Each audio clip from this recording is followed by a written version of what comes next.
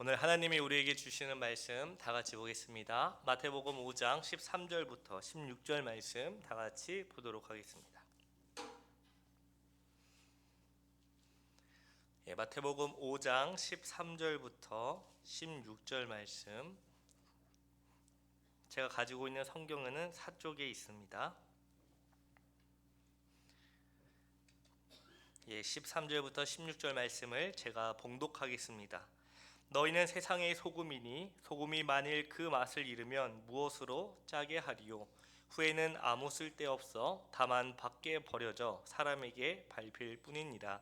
너희는 세상의 빛이라. 산 위에 있는 동네가 숨겨지지 못할 것이요, 사람이 등불을 켜서 말 아래에 두지 아니하고 등경 위에 두나니 이러므로 집안 모든 사람에게 비치느니라. 이같이 너희 빛이 사람 앞에 비치게 하여 그들로 너희 착한 행실을 보고 하늘에 계신 너희 아버지께 영광을 돌리게 하라. 아멘.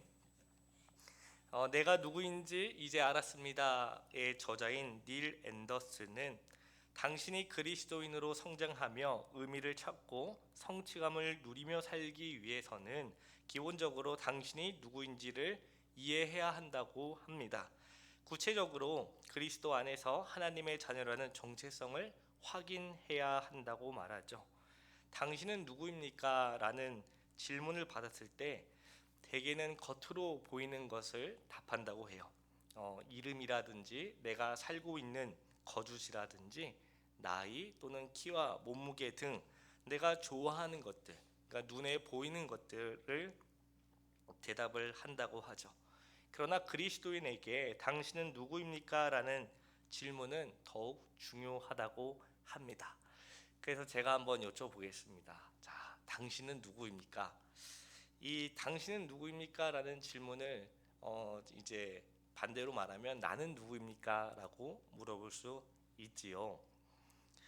우리는 매일같이 몇 번이고 거울을 들여다보기 때문에 자신의 얼굴에 대해서 잘 알고 있는 것처럼 생각을 합니다. 오늘 아침에 이제 일어나서 우리는 화장실에 가서 세수를 하고 이제 머리를 감고 무엇을 보죠? 거울을 봅니다. 그래서 우리가 잘 알고 있는 것처럼 생각을 해요. 하지만 막상 자기의 얼굴을 그려보라고 하면은, 종이랑 펜을 준다면 자신 있게 그림을 그릴 수 있는 사람은 그다지 많지 않습니다. 그만큼 우리는 얼굴뿐만 아니라 자신에 대해서 제대로 알지 못한 채 살아가고 있습니다. 자, 그렇다면 과연 우리는 누구일까요? 오늘 말씀을 통해 우리가 누구인지 깨닫고 그에 걸맞는 삶을 살아가는 저와 여러분이 되기를 바랍니다. 오늘 본문 13절입니다. 13절 말씀을 우리 다 같이 읽겠습니다. 시작. 너희는 세상의 소금이니 소금이 만일 그 맛을 잃으면 무엇으로 짜게 하리요? 후에는 아무 쓸데없어 다만 밖에 버려져 사람에게 밟힐 뿐이니라. 아멘. 오늘 본문에서 예수님은 우리에게 장차 세상의 소금이 되라고 말씀하지 않으시고 이미 너희는 무엇이라고 말씀하셨죠? 세상의 소금이라고 말씀하셨습니다. 예수님은 우리가 장차 어떤 것이 되어야 한다고 말씀하지 않으시고 우리가 이미 어떤 것이라고 말씀하셨습니다. 이처럼 우리의 신분은 장래에 어느 날에 이루어질 것이 아니라 현재에 이루어졌습니다. 주님께서는 우리가 미래에 이렇게 되어야 한다는 가능성을 말씀하신 것이 아닙니다. 우리 주님은 우리가 현재 이렇다라는 사실을 말씀하고 계시죠. 그러므로 우리는 장차 무엇이 될 것이라는 기대 속에서 살아가기보다는 이미 무엇이라는 사실을 실천하며 살아가야 합니다. 이것이 바로 우리의 삶을 긴장감 있게 만드는 아주 중요한 요소가 됩니다. 장차 무엇이 될 사람은 어느 정도의 느슨한 마음으로 살 수 있게 됩니다. 왜냐, 아직 시간이 있기 때문이지요. 하지만 이미 무엇이 된 사람은 긴장된 마음으로 살 수밖에 없습니다. 왜냐, 이미 그렇게 되었기 때문입니다. 만약 우리가 장래에 그리스도인의 신분을 가지게 된다면, 그래서 아직 그리스도인의 신분을 가지지 않고 있다면 우리는 어느 정도의 느슨한 마음으로 살아갈 수 있을 것입니다. 그러나 우리는 장래의 그리스도인의 신분을 가질 것이 아닙니다. 이미 우리는 신자의 신분을 가지고 있기 때문에 느슨함으로 살아가는 것이 아니요 긴장된 마음으로 어느 정도 경각심을 가지고 살아가야 됩니다. 오늘 예수님은 우리로 하여금 세상의 소금이다라고 말씀하셨습니다. 신자는 이렇게 예수님의 말씀으로 인하여 자기 자신이 누구인지를 알게 됩니다. 그래서 예수님으로 인해 자신의 신분과 정체를 정확하게 이해하지 못하는 잘못을 방지할 수 있게 되지요. 우리는 분주한 삶으로 인해 쉽게 우리의 신분을 망각합니다. 정신없이 이것저것 막 처리하다 보면은 하루가 그렇게 빨리 지나갈 때가 없는 것이죠. 근데 문제는 뭐예요? 한 주는 너무 느리다. 그리고 주말은 너무 빠르게 지나간다라는 것입니다. 그런데 중요한 것은 때로는 이 세상의 소금이라는 신분을 잃어버린 채 살아간다는 것입니다. 그리고 마치 세상의 소금이 아닌 것처럼 생각하기도 하고요, 말도 하고요, 행동을 하기도 합니다. 예수님이 너희는 세상의 소금이라는 말씀하시는 것은 이러한 오류를 방지한 아주 좋은 효과를 줍니다. 또한 너희는 세상의 소금이라는 말씀은 우리로 하여금 자신의 신분과 정체를 분명하게 인식함으로 그 역할과 사명을 충분히 감당하게 합니다. 너희는 세상의 소금이다 라는 말씀은 우리에게 또 엄청난 도전과 충격을 줍니다. 우리가 세상의 소금이라는 이 정체성을 가지고 살아가도록 말이죠. 따라서 우리는 이 세상의 소금이라는 정체성을 인식하고 이 세상에서 그것을 드러내며 살아가야 합니다. 그렇다면 예수님이 말씀하신 신자의 신분, 우리는 누구일까요? 그것은 바로 소금입니다. 여기에서 우리는 몇 가지를 살펴볼 수 있는데요. 첫째로 생각해 보아야 할 것은 예수님이 소금이라는 단어를 사용하신 이유입니다. 소금은 고대 사회의 일상생활에서 아주 흔한 물질이었습니다.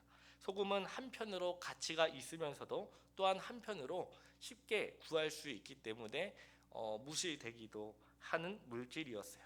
그런데 예수님이 왜 소금이란 단어를 사용하셨을까요? 소금보다 더 가치한 물질들은 이 세상에 사실 많이 있습니다. 금도 있고요, 또 은도 있고, 또 우리 여성 성도님들이 좋아하시는 뭐가 있죠? 반짝거리는 다이아몬드가 있습니다.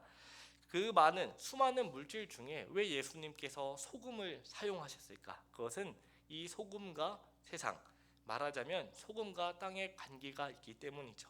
소금은 세상의 모든 곳에 존재합니다.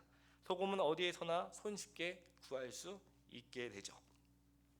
예를 들어 여기 집에 저기 계신 분들 중에 혹시 다이아몬드를 가지고 계신 분이 계십니까? 손은 들지 마세요. 부러우니까.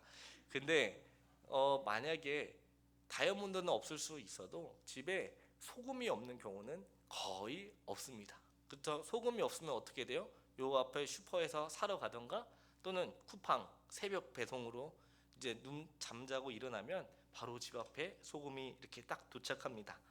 이처럼 소금은 어디에서나 손쉽게 구할 수 있습니다. 땅에 있는 곳에는 어디든지 소금이 있다고 말할 수 있죠. 그만큼 소금은 이 땅에 일반적으로 널리 알려져 있습니다. 따라서 소금은 아주 일반적인 것을 의미합니다. 예수님이 우리들을 세상의 소금, 땅의 소금이라고 말씀하신 이유는 우리가 어디든지 있어야 할 존재라고 생각하셨기 때문입니다. 그리스도인은 신자는 땅에 있는 곳에는 어디든지 있어야 합니다. 소금이 있지 못할 곳이 없듯이 신자들이 있지 못한 곳도 없습니다. 모든 곳에 소금이 있을 수 있듯이 모든 신자들이 그곳에 세상의 곳곳에 있을 수 있다는 말이죠. 그래서 신자는 세상의 소금입니다. 여기서 우리는 소금과 땅의 관계를 조금 더 생각해 보아야 합니다. 예수님이 구태여 세상의 소금이라고 말씀하신 이유는 소금과 세상 사이에 어떤 중대한 관계가 있기 때문입니다. 그것은 소금이 이 땅을 떠날 수 없다는 뜻이기도 합니다. 다시 말해 소금은 어디에 있느냐? 이 땅에, 이 세상에 있어야 한다는 말이죠. 그런데 만일 소금의 특성이 뭐죠? 소금의 특성이 무엇이죠? 예, 질문이 어렵지 않죠? 예, 소금의 특성은 짭니다. 요즘은 뭐 핑크 소금이라든지 뭐 여러 가지 소금이 나오지만 그 핵심은 짭니다. 그런데 만일 소금이 짠맛을 잃어버리게 된다면 어떻게 될까요? 오늘 본문 13절을 제가 다시 읽겠습니다. 너희는 세상의 소금이니 소금이 만일 그 맛을 잃으면 무엇으로 짜게 하리요? 후에는 아무 쓸데없어 다만 밖에 버려져 사람에게 밟힐 뿐이니라. 예수님은 소금이 그 맛을 잃으면 예외 없이 언제나 사람에게 밟히게 된다고 말씀하십니다. 즉 소금이 맛을 잃으면 그 즉시 사람으로부터 밟힐 정도로 무가치하고 비참하게 된다는 것이죠. 고대 사회에서 짠맛을 잃어버린 소금은 쓰레기로 취급되어 길에 버려지기도 했습니다. 또한 평평하여 사람들의 휴식 공간으로 이용되는 가옥에 뿌려져 그 흙을 더 딱딱하고 굳도록 만드는 데도 사용이 되었죠. 이와 같이 신자들이 세상의 소금으로서 그 소금의 역할을 감당하지 못한다면 이 세상으로부터 손가락질을 당하게 될 뿐만 아니라 결국엔 땅에 버려져 밟히게 된다는 것을 말씀하십니다. 오늘 본문 14절과 15절 말씀을 우리 다 같이 읽겠습니다. 시작. 너희는 세상의 빛이라 산 위에 있는 동대가 숨겨지지 못할 것이요 사람이 등불을 켜서 말 아래에 두지 아니하고 등경 위에 두나니 이러므로 집안 모든 사람에게 빛이 느니라. 아멘. 이번에 예수님은 너희는 세상의 빛이라고 말씀하십니다. 당시 도시는 이 언덕과 같은 고지대에 건설되는 경우가 많이 있었습니다. 따라서 산에 있는 동네는 주위의 사람들의 눈에 잘 띄게 되고 특히 어두운 밤에 언덕 위에 불이 켜져 있다면 다른 곳은 어두워서 잘 보이지 않더라도 그곳만큼은 멀리서도 쉽게 보일 수가 있었습니다. 그러므로 본문의 비유는 신자의 삶, 세상에 비친 신자의 삶이 숨겨지거나 감추어진 삶이 아니라 드러나는 삶이며 많은 사람들에게 주목받는 보여지는 삶이라는 것을 보여주고 있습니다. 즉 신자는 세상의 빛으로 모든 세상 사람들의 표상이 되어야 한다라는 것이죠. 또한 신자는 세상의 빛으로 자신을 숨기려고 해도 두드러질 수밖에 없으며 어둠 가운데 발하는 빛처럼 하나님의 영광을 드러내는 삶을 살 수밖에 없습니다.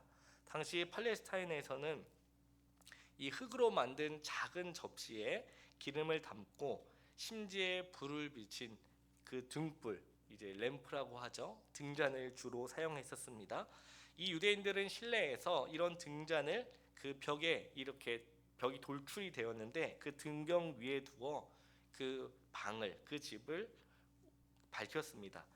그들은 따로 성냥이 없어서 불을 쉽게 피울 수가 없기 때문에 잠깐 자리를 비울 경우 등잔을 등경에서 내려 이렇게 말로 덮어 두었다고 합니다. 그러나 이러한 경우를 제외하면 평상시 조명 기구인 등잔을 말로서 덮어 빛을 차단하는 일은 거의 하지 않았다고 말해요. 마지막으로 마태복음 5장 16절 말씀을 제가 읽겠습니다. 이같이 너희 빛이 사람 앞에 비치게 하여 그들로 너희 착한 행실을 보고 하늘에 계신 너희 아버지께 영광을 돌리게 하라. 등불을 등경 위에 두는 것과 같은 방식으로, 즉 등불을 등경 위에 두어야만 사람들에게 빛을 비출 수 있는 것과 마찬가지로 세상에 비친 너희들도 선한 삶, 착하게 살아감으로 사람들 앞에 빛을 드러내라고 말씀합니다. 물론 신자가 세상에서 빛으로 살아간다는 것은 그리 만만치 않습니다. 왜냐? 예수님을 믿는다는 이유로 고난과 핍박을 받을 수 있기 때문입니다. 하지만 신자는 어둠에 속한 자들과 이 세상 모든 사람들에게 빛을 비추어야 합니다. 이러한 행동이 때로는 사람들로 하여금 오해를 낳게 하고 더 이 갈등, 더 나아가 박해를 불러오기도 하지만 그로 인해 세상의 어두움에 동화되어 빛을 잃어버리는 삶을 동경해서는 안 된다라는 것이죠. 이것은 신자로서의 정체성을 잃어버리는 것이기 때문입니다.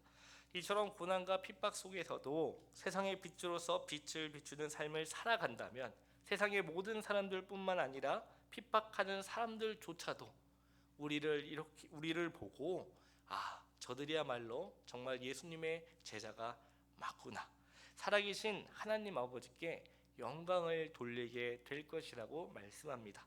에베소서 5장 8절 9절 말씀을 제가 읽겠습니다. 너희가 전에는 어둠이더니 이제는 주 안에서 빛이라. 빛의 자녀들처럼 행하라. 빛의 열매는 모든 착함과 의로움과 진실함에 있느니라. 사도 바울은 너희가 전에 어둠이었더니 이제는 주 안에서 빛이라고 말씀합니다. 그걸로 끝나는 것이 아니라 그 다음에 빛의 자녀들처럼 무엇을 하라고 말합니까? 행하라고 말씀합니다. 사랑하는 은국가족 여러분, 우리는 예수 그리스도 안에서 빛이 되었습니다. 우리는 그래서 빛으로 부름을 받았으니 빛으로서 우리는 살아가야 한다는 것이죠.